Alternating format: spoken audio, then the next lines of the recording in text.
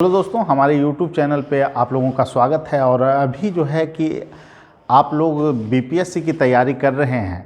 और दोस्तों देखिए, प्रमंडल, बिहार के जो प्रमंडल हैं, इसके संदर्भ में भौगोलिक समझ आपको होनी चाहिए। देखिए, इससे क्या होता है, डायरेक्टली आपको क्वेश्चन आए या ना आए, लेकिन बिहार के प्रमंडल के बारे में अगर आप जानकारी प्राप्त कर रहे हैं अच्छे ढंग से, तो आपको यहाँ से कम 4-5 क्वेश्चन, क्योंकि ज़िला का लोकेशन आप इसमें देख सकते हैं कहाँ पे है, और वहाँ का अगर आप भौगोलिक स्थिति आप जान पाएंगे तो वहाँ से संबंधित व्यक्ति के बारे में जानकारी, यानी ऐतिहासिक समझ भी आप जान सकते हैं। इसके अलावा आप भौगोलिक विशेषता जान सकते हैं, वहाँ की मिट्टी कैसी है, वहाँ उत्पादन, प्रोडक्शन किस चीज़ का होता है, वो ज़िला किस लिए जाना जाता है। जैसे किशनगंज में सबसे ज़्यादा बारिश होती है, गया सबसे गर्म ज़िला है। तो ये सभी जानकारियाँ भी आपको लोकेशन के साथ आपको पता रहेगा। इसीलिए प्रमंडल को आप लोगों को जानना चाहिए। और अभी जो है हम लोग बिहार के प्रमंडल का ही अवलोकन करने जा रहे हैं। देखिए दोस्तों, इसमें जो है आपको ये वाला जो प्रमंडल देख रहे हैं, जिसमें पश्चिमी चंपारण है, ईस्ट चंपारण है, सीतामढ़ी है, शिवहर है, मुजफ्फरपुर है, वैशाली है, इसको तिरहुत प्रमंडल के नाम से जाना जाता है। और तिरहुत प्रमंडल का एक ऐसा जिला वेस्ट चंपारण, ठीक है, वेस्ट चंपारण जो है, आप भौगोलिक दृष्टिकोण से देखें तो बिहार का सबसे उत्तरी जिला है। अगर पूछा जाए बिहार का सबसे उत्तरी जिला कौन है, तो वेस्ट चंपारण। और तिरहुत प्रमंडल के अंतर्गत कितने जिले आते हैं? टोटल 6 जिले हैं। पहला हो गया वेस्ट चंपारण, दूसरा हो गया आपका ईस्ट चंपारण, तीसरा हो गया आपका सीतामढ़ी, फिर हो गया आपका शिवहर चौथा, फिर हो गया आपको मुजफ्फरपुर पाँचवा, और छठा हो गया आपको वैशाली। वैशाली के संदर्भ में आप ही जानते ही होंगे, प्रथम गणतंत्र का जो गठन हुआ है विश्व में, वो आपको वैशाली में है, ठीक है। तो वैशाली पहला गणराज्य था। तो ये आप देख सकते हैं तिरहुत प्रमंडल को। और तिरहुत प्रमंडल के अंतर्गत आप लोगों ने टोटल कितने जिले का अध्ययन किया? 6 जिलों का। उसके बाद हम लोग आते हैं सारण प्रमंडल। सारण प्रमंडल में देखिएगा कि 3 जिले हैं, ठीक है, क्रमिक रूप से, जिसमें आपको गोपालगंज है पहला जिला, दूसरा है आपको सिवान, और तीसरा है आपको सारण, ठीक है। और इसमें आप लोग देख रहे होंगे गोपालगंज, जिसके संदर्भ में आपको एक इन्फॉर्मेशन भी होगा कि यहाँ पर लिंगा अनुपात में अगर देखें तो महिलाओं का अनुपात ज़्यादा है। कितना है? 1021 है। ये सभी इन्फॉर्मेशन काफ़ी इम्पोर्टेंट है दोस्तों, ठीक है। प्रमंडल को जब आप जानें और उसके संदर्भ में जो महत्वपूर्ण चीज़ें हैं जिस जिला के, उसको भी साथ में आप लोग अध्ययन करें, तो उससे आपको क्या होगा, इन्फॉर्मेशन भी आपको ज़्यादा दिन तक याद रहेगा और उसके भौगोलिक अवस्थिति को भी आप जान पाओगे। देखिए, आपसे एक क्वेश्चन अगर हम पूछें कि तिरहुत प्रमंडल का कितना जिला है जो कि नेपाल की सीमा के साथ साझा करता है, तो उसमें आप देख सकते हैं 3 जिले, पश्चिमी चंपारण, पूर्वी चंपारण और सीतामढ़ी। ये प्रश्न आपको बीपीएससी में आ सकता है। इसके अलावे अगर आप देखें तो यहाँ पर एक महत्वपूर्ण प्रमंडल है, वो है पटना प्रमंडल। पटना प्रमंडल में टोटल आप देख सकते हैं 6 जिले हैं। पहला जिला हो गया नालंदा, उधर से चलें तो नालंदा हो गया। अगर आप देखिएगा पूरब से पश्चिम की ओर अगर आप जाइएगा तो नालंदा सबसे पहले आएगा, फिर उसके बाद पटना आएगा, और पटना के बाद अगर बाइक चलाइएगा तो फिर आरा, और फिर बक्सर, और फिर नीचे जाइएगा तो उसमें देखिएगा कैमूर। बक्सर से नीचे जाइएगा तो कैमूर, और कैमूर से नीचे जाइएगा जैसे ही आपको रोहतास मिलेगा। टोटल कितने ज़िले हो गए पटना प्रमंडल में? 6 जिले। और 6 का अलग अलग महत्व है। नालंदा आपको जो है कि आप जानते हैं कि 2016 में जो नालंदा विश्वविद्यालय है, प्राचीन नालंदा विश्वविद्यालय, उसका जो है विश्व धरोहर सूची में उसको शामिल किया गया है, ठीक है। नालंदा विश्वविद्यालय, प्राचीन नालंदा विश्वविद्यालय। नालंदा की और भी विशेषताएं हैं। ग्लास ब्रिज का निर्माण आपको राजगीर में किया गया है। पटना का ऐतिहासिक महत्व है।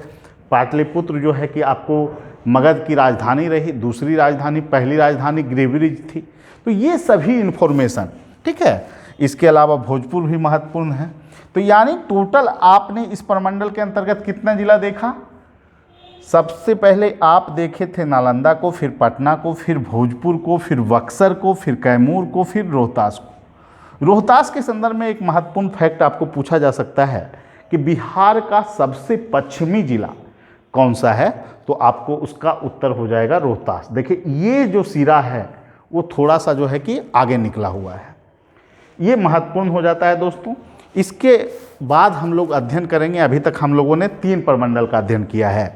उसके बाद हम लोग चलते हैं अब मगध प्रमंडल में। मगध देख लीजिए कौन सा चित्र है, ये हो गया आपका मगध। और मगध में आप देख रहे होंगे कौन कौन है, नवादा हो गया, गया हो गया, फिर औरंगाबाद हो गया, और फिर उसके बाद जहानाबाद, और जहानाबाद से ही कट कर आपको नया जिला बना है अरवल।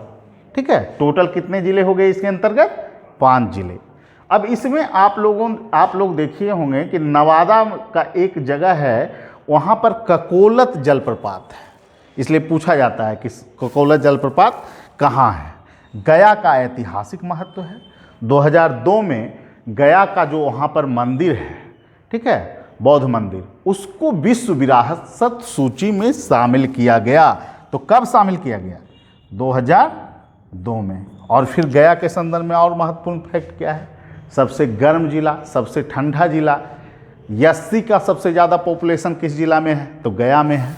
तो ये संबंधित फैक्ट देखिए, याद करने का तरीका होना चाहिए।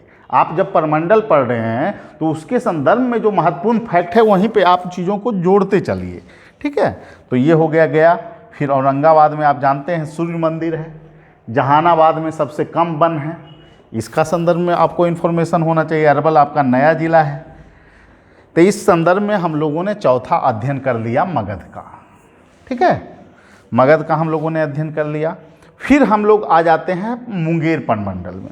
आप लोग जानते होंगे कि जो मुंगेर प्रमंडल है वो काफ़ी महत्वपूर्ण है ऐतिहासिक दृष्टिकोण से, और मुंगेर प्रमंडल का भी अपना एक जो है कि एक पहचान रहा है। और इसमें जो है कि आप खास कर देखेंगे कि जो है कि ब्रिटिश हुकूमत के समय मुंगेर का जो है थोड़ा महत्व क्या हो गया था, बढ़ गया था।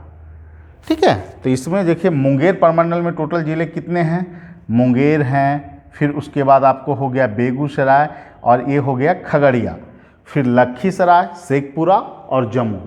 टोटल ज़िले कितने हो गए, 6। मुंगेर ज़िले में अगर आप देखें तो जमुई में बहुत सारा चीज़ है।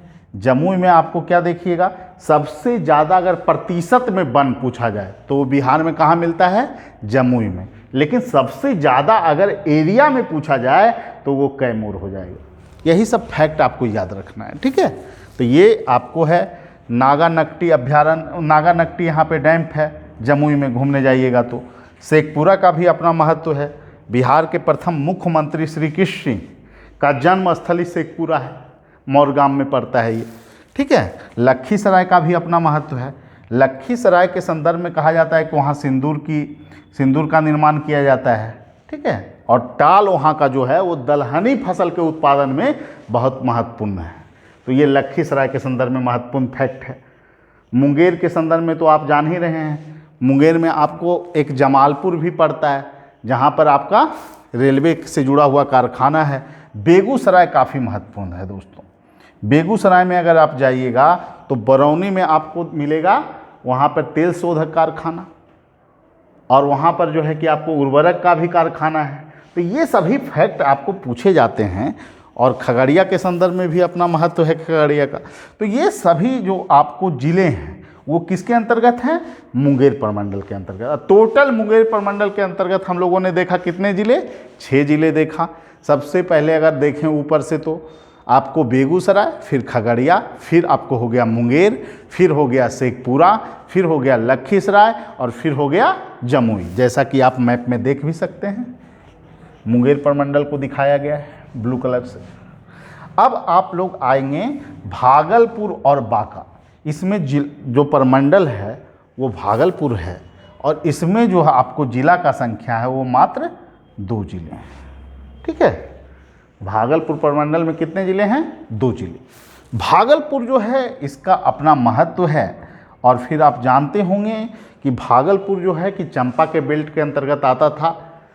उस समय अगर मगध के समय ही समानांतर चंपा एक जगह थी, ठीक है, अंग की राजधानी चंपा। और यहाँ पर जो है कि आपको विक्रमशिला विश्वविद्यालय बहुत महत्वपूर्ण है भागलपुर में। सिल्क का उत्पादन भागलपुर में होता है। जलदारू आम का प्रोडक्शन भागलपुर करता है। बांका जो कि आपको भागलपुर प्रमंडल का ही एक हिस्सा है। तो ये दोनों किस प्रमंडल में हैं? भागलपुर प्रमंडल में। अब हम लोग चलते हैं पूर्णिया प्रमंडल में। पूर्णिया प्रमंडल में अगर देखें तो आपको पूर्णिया प्रमंडल की जो भौगोलिक स्थिति है बिहार के किस साइड में है, ये भी प्रश्न आपको पूछा जा सकता है। तो बिहार की पूर्वी छोर में है, ठीक है, बिहार के पूर्वी छोर में। और टोटल जिले की संख्या इसमें कितनी है दोस्तों? 4 है। किशनगंज हो गया और अररिया हो गया दूसरा। आपको एक प्रश्न पूछा जा सकता है कि पूर्णिया प्रमंडल का कितना ऐसा जिला है जो कि नेपाल के साथ सीमा साझा करता है? तो कितने जिले हैं? 2 जिले, एक किशनगंज हो गए और दूसरा हो गया अररिया। इसके अलावा हो गया पूर्णिया है तीसरा जिला और चौथा जिला है कटिहार। देखिए सब यहाँ पर जो है काफ़ी महत्वपूर्ण जिला है। किशनगंज में अल्पसंख्यकों की संख्या सबसे ज़्यादा है, ठीक है, मुस्लिम अल्पसंख्यक सबसे ज़्यादा कहाँ है? किशनगंज में। चाय का उत्पादन के लिए जाना जाता है किशनगंज को। सबसे ज़्यादा वर्षा होती है किशनगंज में, ठीक है। ये सभी इन्फॉर्मेशन आपको जानना चाहिए। फिर पूर्णिया के संदर्भ में आप जानते ही होंगे कि पूर्णिया जो है जूट का प्रोडक्शन बहुत ज़्यादा करता है। कटिहार में भी ऐसे जूट का प्रोडक्शन होता है। आपसे पूछा जा सकता है बिहार का सबसे पूर्वी जिला कौन है? तो आप देख सकते हैं मैप में किशनगंज है और सेकेंड पे कौन है? कटिहार। एक बार क्या किया गया था, किशनगंज का विकल्प ही नहीं दिया गया और फिर विकल्प में था कटिहार। लेकिन अब जो बीपीएससी ऑप्शन बना रही है उसमें ई ऑप्शन है। तो उसमें अगर ऐसे प्रश्न आते हैं और पूछा जाए कि कौन सबसे पूर्वी जिला कौन है और 4 विकल्प दे दिया जाए किशनगंज, तो ई विकल्प हो जाएगा। इसलिए अब जो है आपको अगर बीपीएससी आप दे रहे हैं तो आपके पास समग्र समझ होनी चाहिए। ये नहीं कि रट्टा कहीं से मार लिए। चीज़ों को पूरे अच्छे ढंग से समझना है, मैप के द्वारा समझना है, तार्किक विश्लेषण करना है, तभी ही आपका पीटी होगा और मेंस में सिलेक्शन तो तभी आपका संभव है, ठीक है दोस्तों। तो ये आप जो है आप पूर्णिया प्रमंडल के अंतर्गत कितने जिले देखे?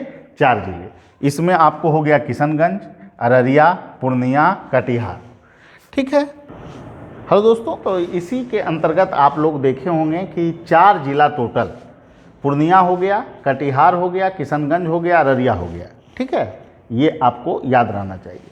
अब हम लोग चलते हैं कोसी प्रमंडल में। कोसी प्रमंडल आप इसमें देख सकते हैं कोसी प्रमंडल की क्या स्थिति है। कोसी प्रमंडल में टोटल 3 जिले हैं। आप समानांतर रेखा में अगर खींचिएगा इस तरह से तो ये हो गया कोसी प्रमंडल। इसमें आप देखिए सुपौल हो गया जो नेपाल के साथ सीमा साझा करता है, फिर मधेपुरा है, फिर सहरसा है। सहरसा को साहस दिखाना है, कहने का अर्थ क्या हुआ? यहाँ पर महिलाओं का जो साक्षरता दर है दोस्तों वो सबसे कम है। कहाँ? सहरसा में। अगर ऐसे देखें ओवरऑल साक्षरता दर सबसे कम कहाँ है तो पूर्णिया में है। सबसे ज़्यादा साक्षरता दर कहाँ है तो वो आपको पड़ता है रोहतास में। रोहतास के बाद साक्षरता दर पटना में है। तो ये आपको जानना चाहिए, ठीक है। इसमें आपने देखा कितने थे कोसी प्रमंडल में? 3 जिले, सुपौल, मधेपुरा और सहरसा। अब हम लोग चलते हैं दरभंगा प्रमंडल, और जो कि आपका एक ही प्रमंडल अभी बचा हुआ है, बाकी का अध्ययन आप लोग कर लिए हैं। तो दरभंगा प्रमंडल में टोटल हैं 3 जिले।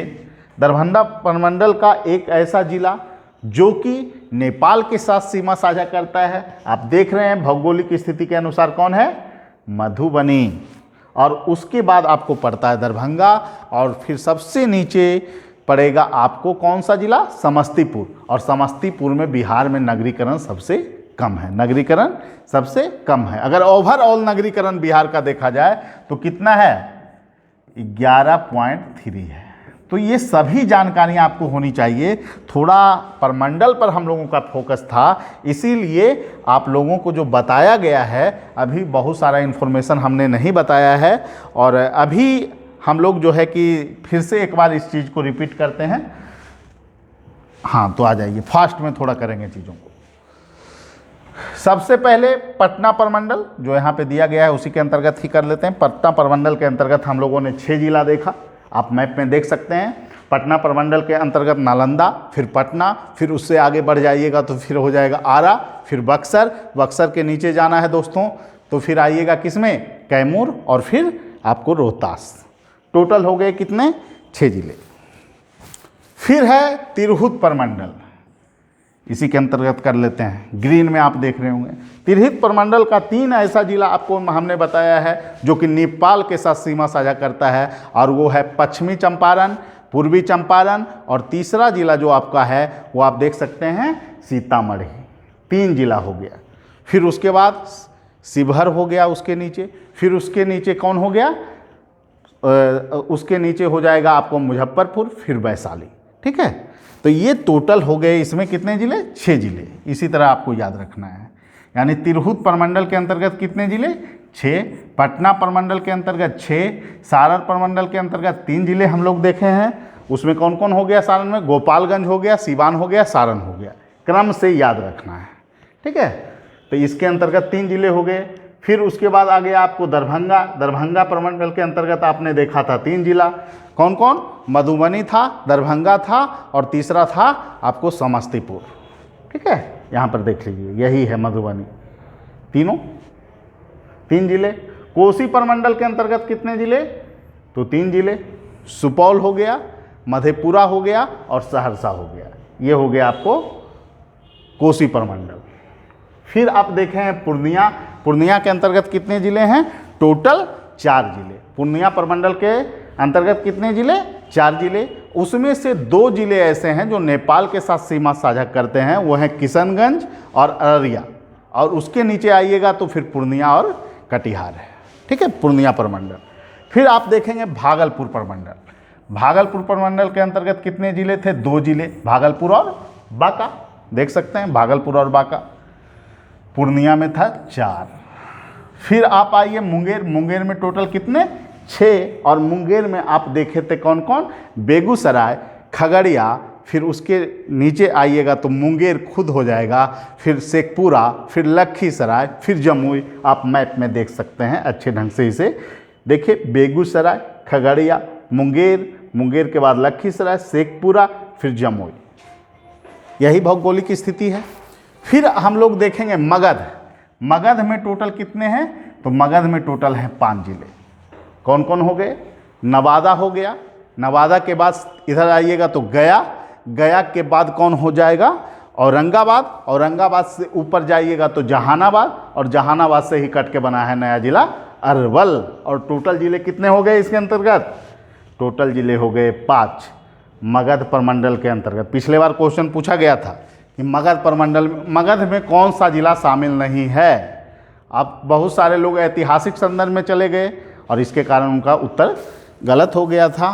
तो इसीलिए हम कहते हैं भौगोलिक समझ आपको जरूर होना चाहिए, और इस पर अगर आपको पकड़ है तो 5 नंबर निश्चित रूप से, 5 अंक बीपीएससी में आपको आना तय है अन्य के अपेक्षा। इसीलिए इस वीडियो को आप लोग पूरा देखिएगा, और हम लोग आशा करते हैं कि आप लोगों का सिलेक्शन हो। इसी शुभकामना के साथ फिर अगले वीडियो में मिलेंगे। Thank you.